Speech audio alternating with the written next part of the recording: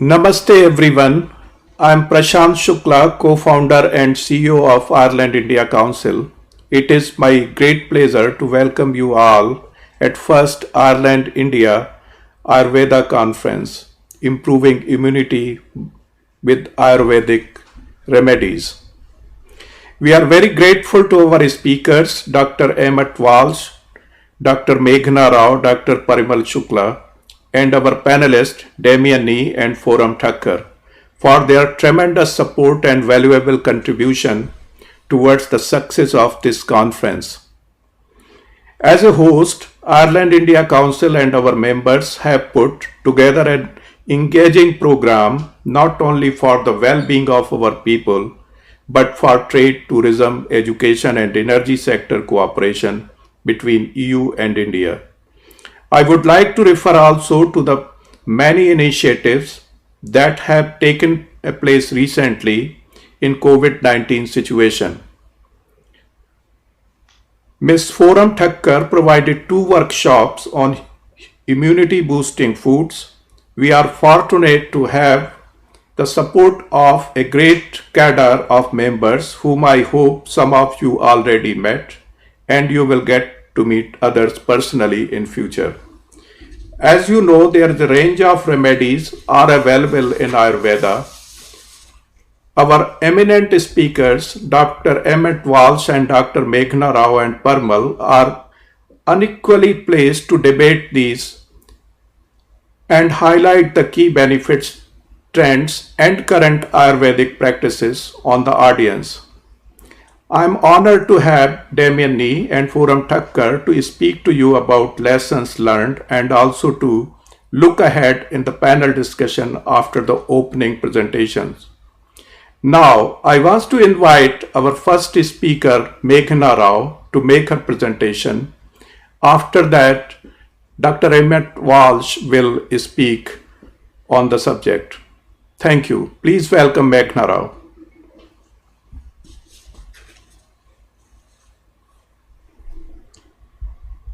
Yes, Meghna, you go ahead. Hi,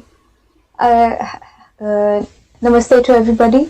Thank you so much for the opportunity being provided wherein I can share the Ayurvedic perspective towards immunity development. Mm-hmm. I'm sharing my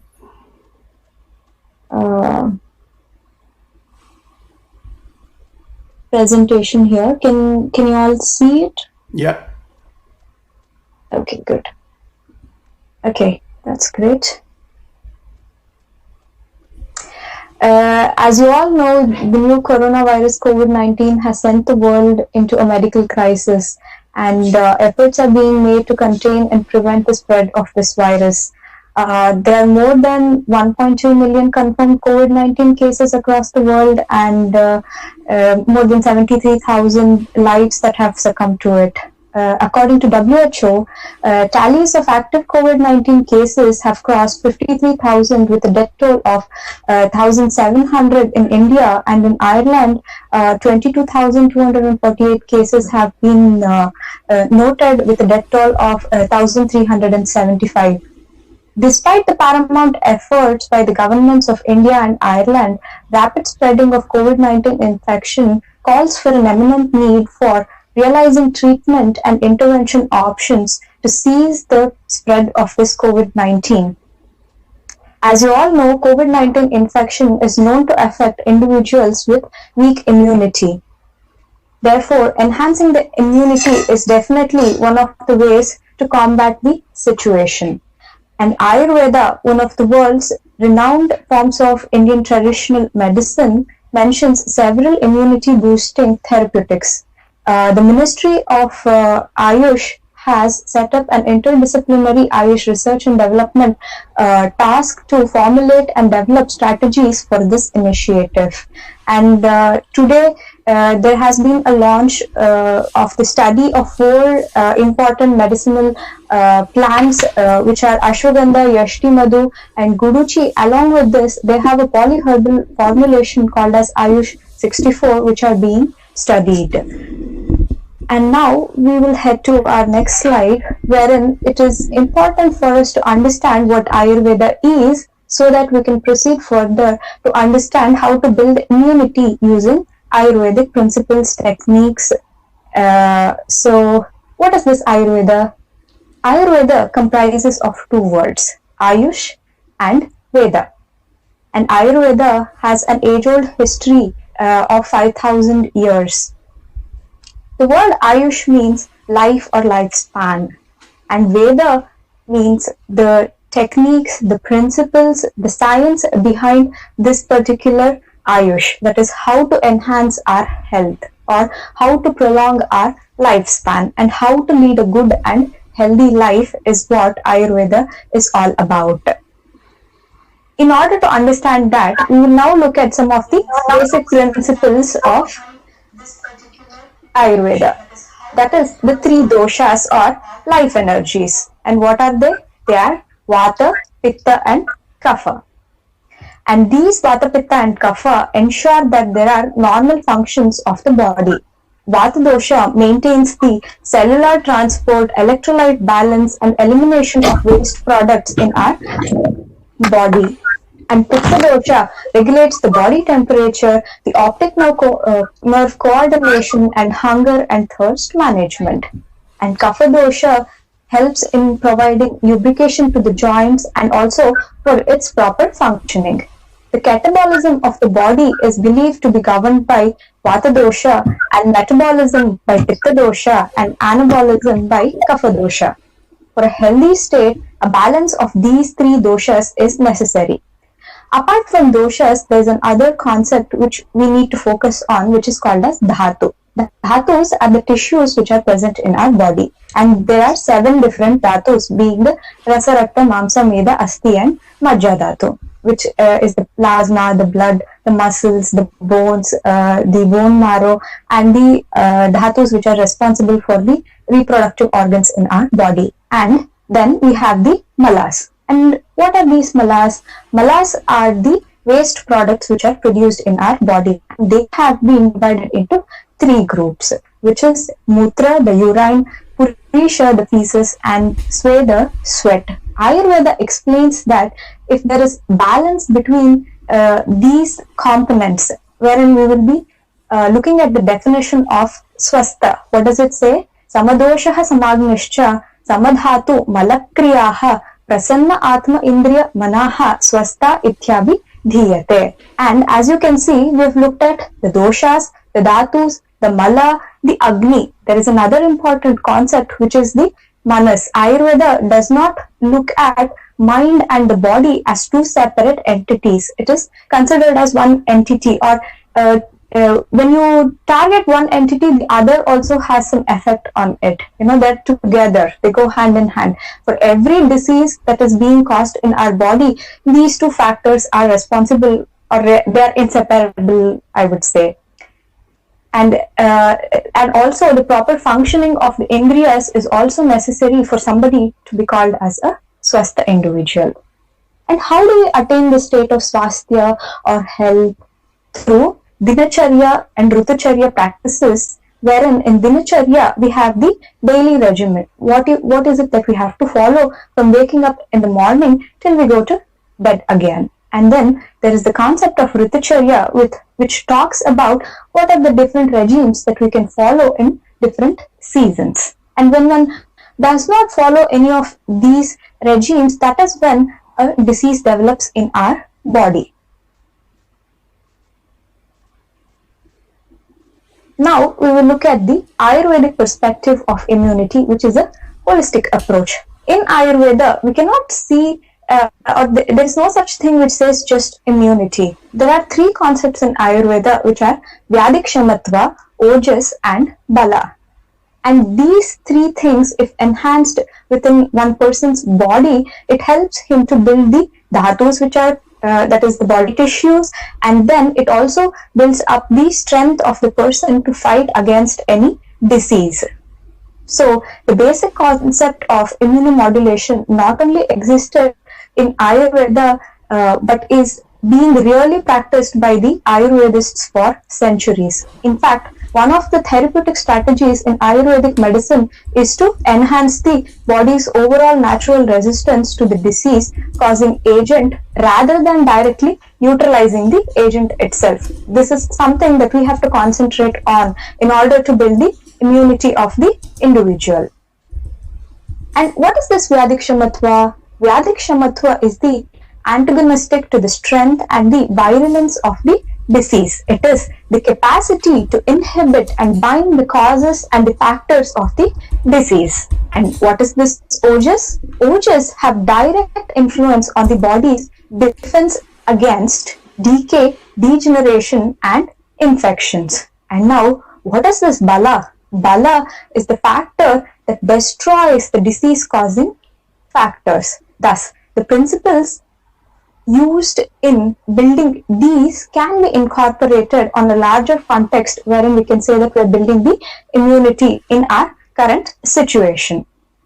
This type of Bala refers to modulation of body's resistance against any disease. And how do we improve our Bala or Vyadhikshamatva or Ojas? Through proper diet, physical exercise, rest, restorative and rasayana therapies. And also by bearing in mind that we have to follow our dinacharya and ritucharya properly. But we also need to understand that immunity cannot be built in one day. So we have to constantly practice all this in order to have a good immunity. We'll look at a concept wherein, what is COVID-19 situation? How would Ayurveda look at COVID-19? So there is Janapadodvamsa, there are Aupasargika Rogas, and also there is the concept of Ritucharya, which we discussed earlier on. So when we don't follow this Ritucharya properly, what happens?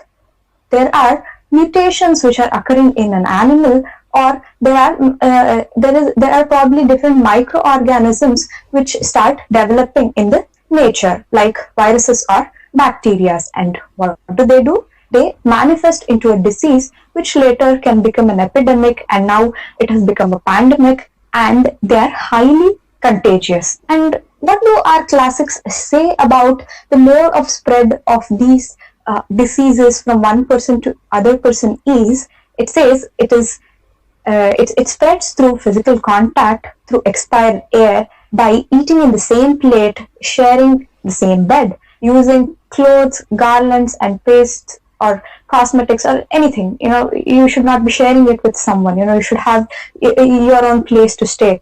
And what are the symptoms that we see in such a condition? There is cough, there is breathlessness, there is running nose, there is headache and fever. And how do we manage? The first and foremost thing that Ayurveda says is to stop the mode of spread, to have cleanliness, to practice Panchakarma, which is the fivefold therapy in Ayurveda, and Rasayana. Here we can look at Chavanaprasha. Why? Because we're talking about COVID-19, which affects the Pranavaha Srotas or the respiratory system. And Chavanaprasha also has an impact on the Rasavaha Srotas, and Rasa, Rakta, all these dhatus in turn are what leads to the formation of the ojas in our body. And what lesson do we learn from here? We see that these pandemics are not new to our civilizations. Even during Vedic period, communities experienced such pandemics. Ayurveda has a conceptualized explanation of what is a pandemic and how to address it, as you can see in the slide. There is a relationship between the agent, the host and the environment. It would be wise to learn from our previous generations and not repeat the same mistake, and look into how these principles can be incorporated in our current fight against COVID-19. What is Rasayana? Rasayana means to replenish Rasa, Rakta, Adi dhatus, which in turn builds up the ojas or our immunity. And what exactly happens when you take this Rasayana therapy? It delays the aging process, it increases your longevity, your intelligence, and most importantly, it provides disease resistance to the individual. So, this is something that we can work on, or this is something that we can pick up from the Ayurvedic classics. In fact, if we look at how COVID-19 is being dealt at the moment, we are all practicing social distancing, we are all practicing washing off our hands. If you look at what Ayurveda says, that's precisely what Ayurveda has also advised, when there was probably a pandemic in the Vedic period. And what is a remedy as per Ayurveda? Is it taking some medicinal herb? Is it popping pills? No, it's not just administration of any medicine. Remedies include lifestyle corrections, diet, exercise, our daily regime, and our seasonal regime. And also, there is an impact on the mind. There is the concept of prajnaparada which comes into place over here. That is, to know that if you do something, it is going to have a bad impact on you, but yet you continue to do it. So that must be avoided. That is, we have to properly follow social distancing, we have to wash our hands. If we don't do that, it becomes prajnaparada. Our mind, our body, our emotions, and our life energies function as a continuum, and they cannot be separated from each other. Any remedy to one element also impacts the other element. Ayurveda is conscious of how this impact plays out and has designed its remedy to address all these elements in a holistic manner. And we have now understood what is Ayurveda, we have understood what is immunity, we have understood Ayurveda's perspective of what is happening in the current situation. And what is it that we can do in order to build our immunity? Well, we can look at the Ayurvedic support in the following 3 phases. The first phase being pre-COVID. That is, you are a healthy individual. And what is it that you can do? So you need to prevent yourself from contacting the infection. And as a prophylactic support, wherein we have, you're taking a measure to not get infected. We have our frontline workers who are constantly interacting with patients who are affected with COVID-19. There is something that they can do in order to conserve their health. And during COVID-19 also, we need to help an individual to build his immunity. And once after your 14 days period wherein you test negative for COVID-19, what is it that you can do in order to rejuvenate your health is the third phase. Now we will look at the first phase. The first phase, which is the preventive and the prophylactic support. And who can benefit from this? All the healthy individuals, specifically the frontline staff and the vulnerable categories. And like we discussed earlier, first and foremost thing is to avoid aparana. And then we have Ravan and Gandush, which are the concepts that come into your daily regime. It is something that all of us can practice every day. And what do we have to do over here? We can use sesame oil, we can use coconut oil, and hold it in our oral cavity for 2 to 4 minutes, and later we can spit it out and gargle our mouth with hot water. And we can use the practice of nasya. The concept of pratimarsha nasya, that is instilling 2 drops of medicated oil called anutaila into each of your nostrils, comes into practice. If it is conducive for you, you can do that. Or you can simply apply sesame oil into your nostrils, or you can use coconut oil. And then there is the concept of sweda, especially beneficial for the frontline staff. Once they come back home, they can take steam inhalation using mint, using ajwain seeds. And then in your diet, what is it that you can do? You can include the use of turmeric, you can include the use of cumin, you can include the use of garlic, the holy basil, mint. And also, it is important that we exercise for at least 30 minutes. There is our sister science to Ayurveda, which is yoga, which describes about the various postures which we can follow. And one of the A highly beneficial sequence of postures is the Surya Namaskara or the sun salutation that we can follow. And also our mental health is of importance over here. It is vital. So in order to help us out, we need to practice meditation. Apart from all this, what else can we do? We can also consume some of the herbal preparations. And like I said, in Rasayana, we have the Chavanaprasha that you can take regularly in order to build your immunity. And all of this is evidence-based, and it can also be adopted within Ireland also. We also must note that Ayurveda is an individualized treatment. Each one of us require care in a different way. But however, we can practice Dinacharya regularly, we can practice Ritucharya regularly, which provides strength and immunity to us. And then, what is it that we can do during COVID situation? Let's say you're not feeling well and you have fever. What can you do? The most important thing over here is to work on your mental health, which is extremely vital that you look after yourself in order to fight against this infection. I will come back on to why.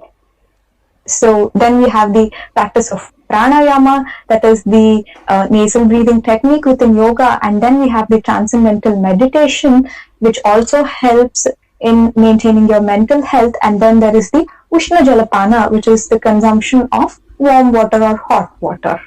And then steam inhalation. Also in Janapadodvamsa Vyadis, Ayurveda's take on this would be, or if somebody is infected from any disease, the acharyas say that we have to do things that we love so that our mind is not always worked up or is worried about what's happening in my body. So we can listen to music, we can talk to our loved ones, well-wishers, or listen to stories, do some chants if we would like to do that, but keep our mind, bring it into positive thoughts, and also to not strain our indriyas.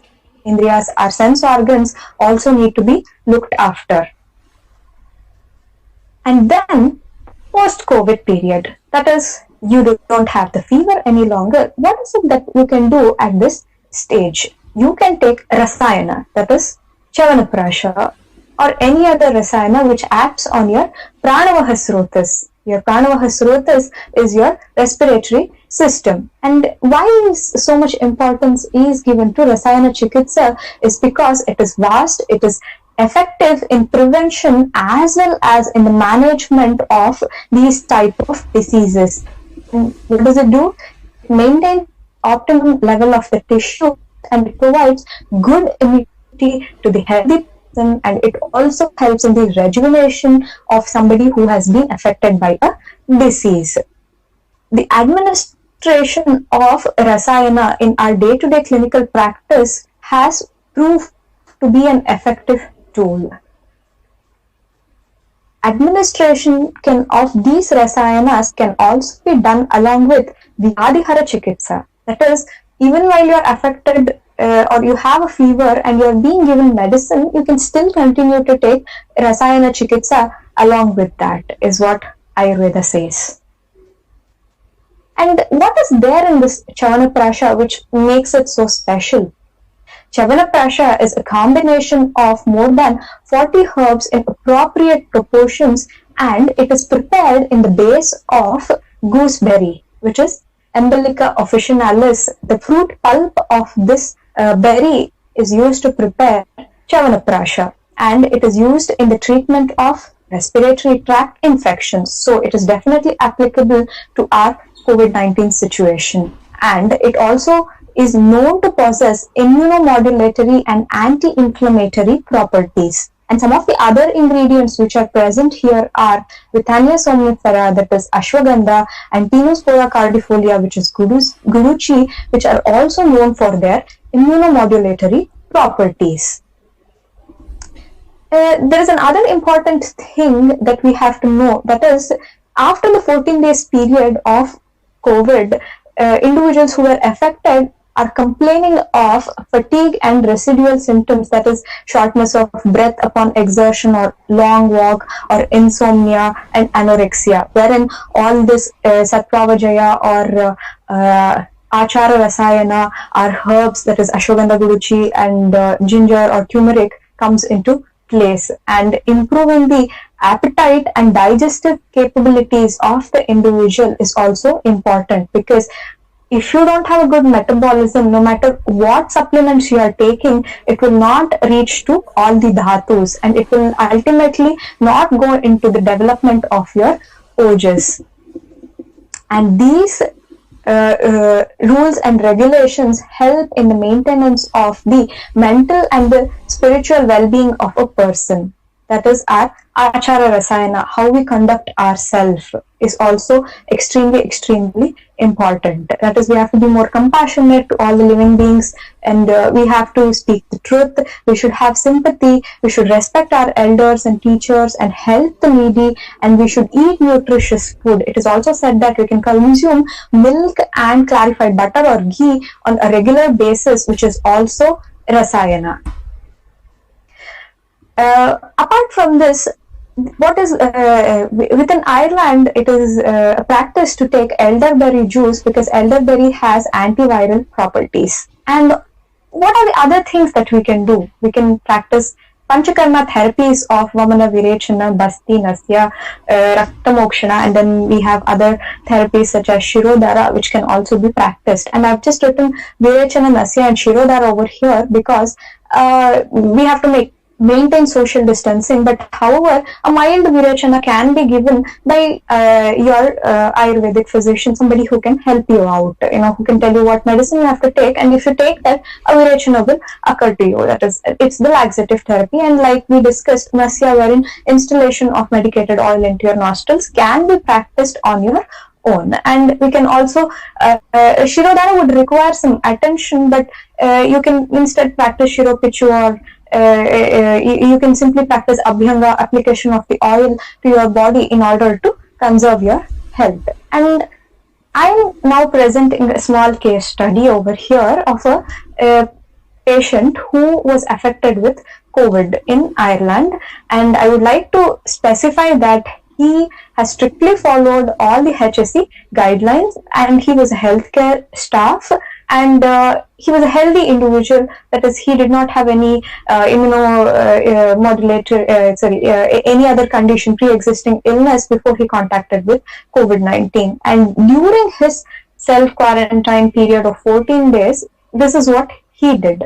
He took turmeric and licorice kashaya, that is Yashti Madhu. Yashti Madhu is known to have a good effect as an expectorant in your, and it affects on your urus, which is the sthana of kapha dosha. And then he took ginger and lemon tea at regular intervals, and then he used salt and turmeric for water gargling, and he took vitamin D and vitamin C supplements. He practiced transcendental meditation. One of the other things that he said was the first 2 days it was okay for him to stay in the house, but then later it was very difficult for him to sit in that room, and what he would do is he would listen to music, he would call and talk to his friends, and then he would watch the flowers in his garden by sitting at the window. And he also started painting, and then he practiced Nadi Shuddhi Pranayama, and he was consuming Ushna Jala or hot water. And post-COVID, now he is still continuing to practice his yoga and meditation in his diet. Then again, he has included milk, he has included clarified butter, that is ghee, and he is also taking nutritious food. He's taking khichdi, which is considered to be light and which improves your digestive fire. Initially, that is something light has to be given in order to improve your digestive fire. And he is also taking Chavana Prasha. Why I have mentioned all this is, you can connect the dots, because this is the same protocol that Ayurveda talks about in order to deal with any situation like COVID. It could be Janapadodvamsa, or it could be Aupasargika Vyadis, or it could be an effect of improper Rutucharya.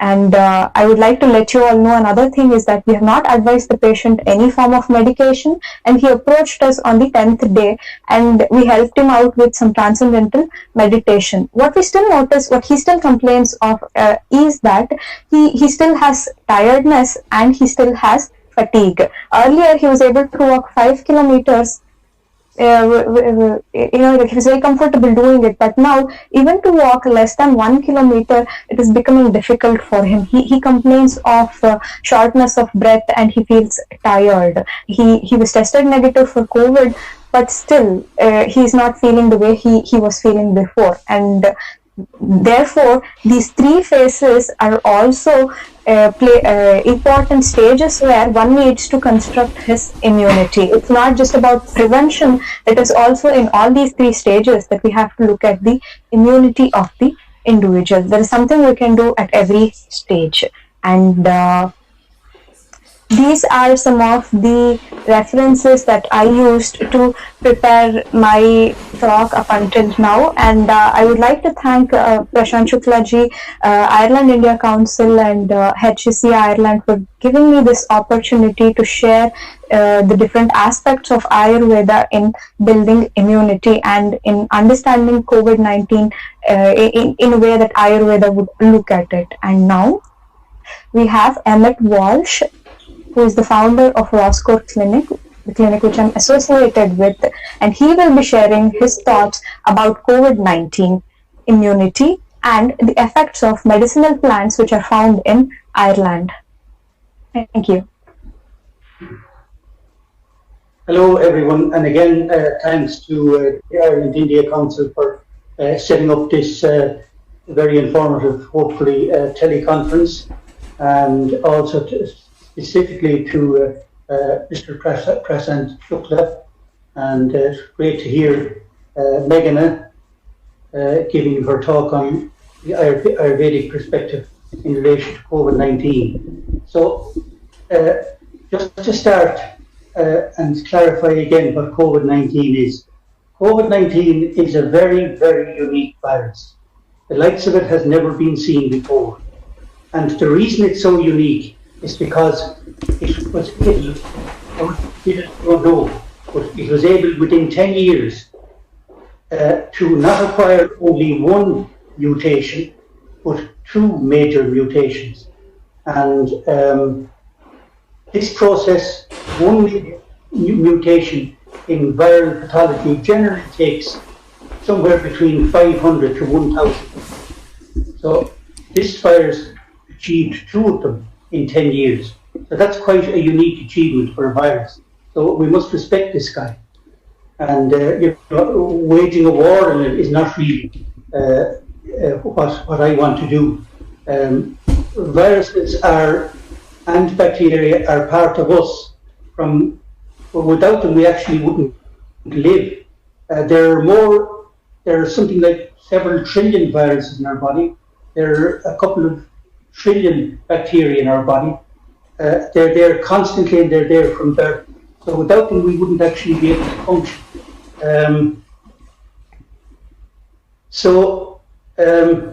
Just to come back on a point that Meghana made about the origin of Ayurveda and the components that make up Ayurveda. And she mentioned about Vata, Pitta and Kapha. Now, if you ask a Westerner, what's the greatest discovery ever made? And they talk about landing a man on the moon, and they talk about Einstein's E equals mc squared, and they talk about Newton's concepts on gravity and all that kind of stuff. If you examine and study the concepts of Vata, Pitta and Kapha, there is nothing in the world has matched that discovery. And not alone does it apply to the human body, it originally developed out of a concept of understanding the universe. So Ayurveda is a very, very unique and system, not alone of medicine, it encompasses the entirety of life, as as Meghana has explained.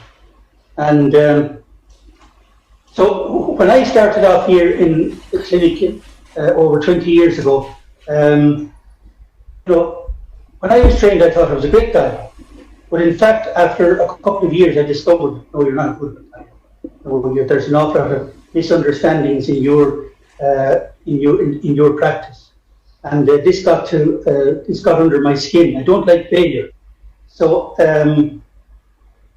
I had studied a certain amount of Ayurveda in my undergraduate and postgraduate master's studies in Scotland, and I discovered that if I could know Ayurveda, I would be able to greatly improve my practice. And I got fed up with failures, just, things that, I'm not talking about failure generally, I'm talking about specific cases which I considered should have responded to the treatment I was giving the patient, and it wasn't happening. But when I embraced Ayurveda and incorporated Ayurveda into my practice, things changed virtually overnight. And one of the things that we introduced, apart from the whole concepts of diet and the understandings that Meghana has spoken about, is we introduced the practice of clinical panchakarma, which is an absolutely essential component to be able to provide a full and proper medical care system to humanity. And if you look at this thing here behind me, I think, or hope you can see it, this poster, Roscore Clinic is an effective, hopefully we hope it is, an effective primary care medical centre using natural medicine. And we incorporate Western herbal medicine, Ayurvedic medicine, physical therapies, mental health and wellness and empowerment. Now the latter two areas Meghana has covered, so I won't go into too much, other than to say that it is very, very important, and far more important than what's considered in the West, where the body and the mind are split apart. And the fundamental mistake that people in the West are making, and okay, well, I'm labouring the point, it is very important to understand these things. The fundamental point is that you will not solve a problem if you start at the gross level. You must start at the subtle level to solve a problem. And this is one of the great contributions of Ayurveda to science in general and to problem solving in general. And it's something that is completely missing virtually from Western science in all areas, including psychology. So when this COVID-19 thing started, we were confronted with a responsibility, because I've taken the Hippocratic Oath. And just to clarify one thing, we're not referred to as medical doctors in Ireland. While we are trained similar but different, I guess, to Ayurvedic doctors. And we are actually medical herbalist physicians. That would be, I suppose, our correct title. We're the inheritors of the Western tradition of physicians in the West.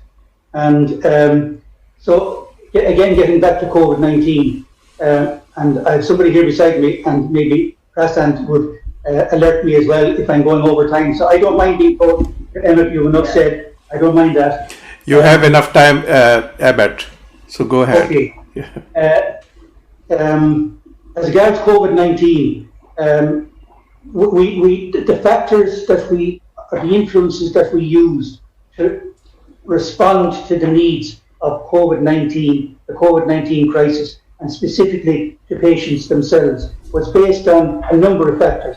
First of all, our own experience dealing with viral infections.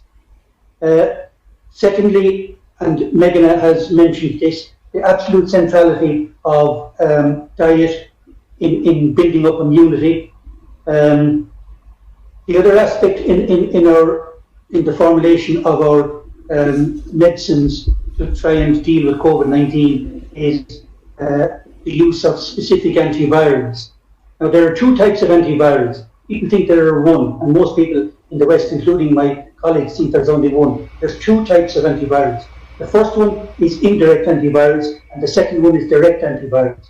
So, for example, Osmum Sanctum is both a direct antiviral and an indirect antiviral. A direct antiviral means it kills the virus straight away.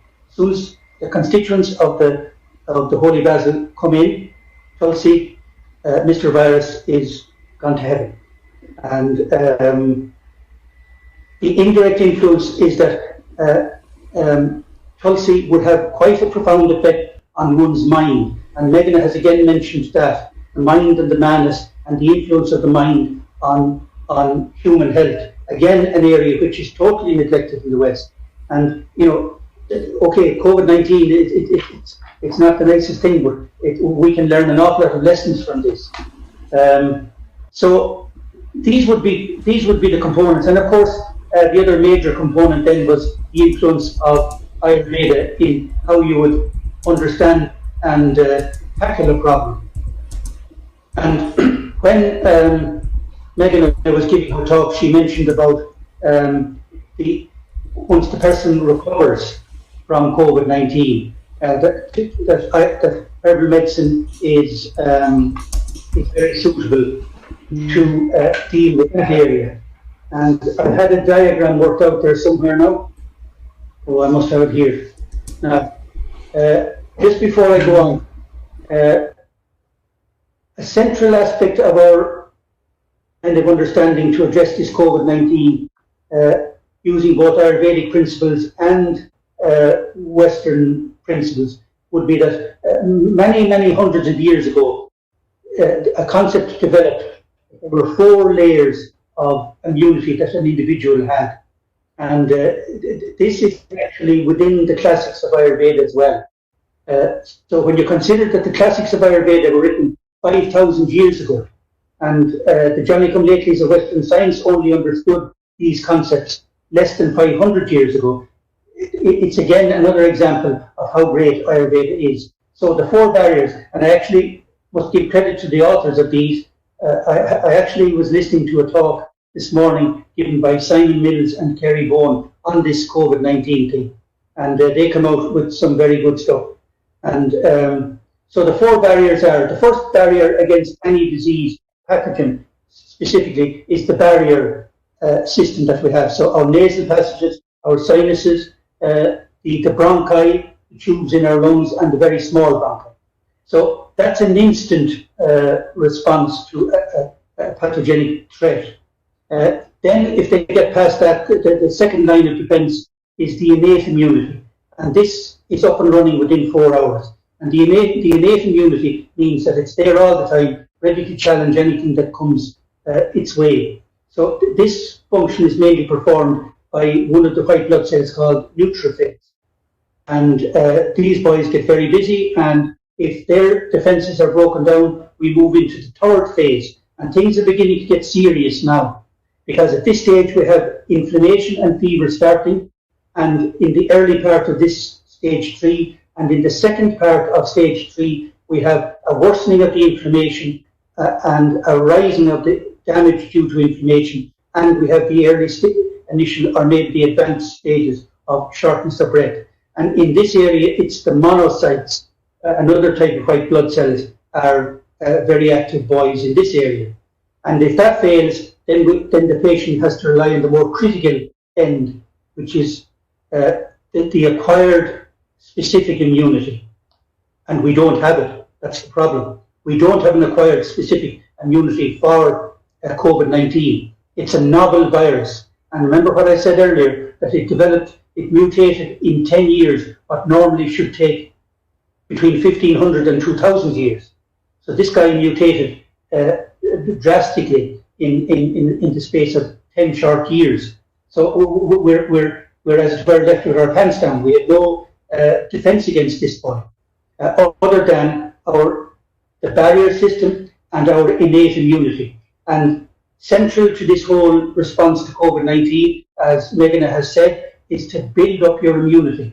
And that takes time, as Meghana said. It takes time to build up immunity. One of the problems with COVID-19 is that in the West, particularly, in India it's different, where I go most years, but in the West, the mentality is the quick fix. There is no quick fix for COVID-19. People better get that into their heads. There is no quick fix. There is no successful vaccine for a rotavirus, the likes of coronavirus. There's no successful vaccine. If there was, there would have been a vaccine for the common cold 50 years ago. There isn't. So relying on the vaccine is a dubious and very hopeful position to take. And if you neglect your immunity in the meantime, you could seriously be damaged. So I'm asking people to listen closely to what Meghana said and to build up their immunity between this period, especially here when things are being relaxed, and the very likely development of a second phase of COVID-19, which will probably take place in October, November. Of that, there is probably no doubt. And one of the major consequences of the COVID-19 post-treatment time is the development of serious chronic fatigue syndrome. And the explanation for this is in the mutation that the coronavirus has made.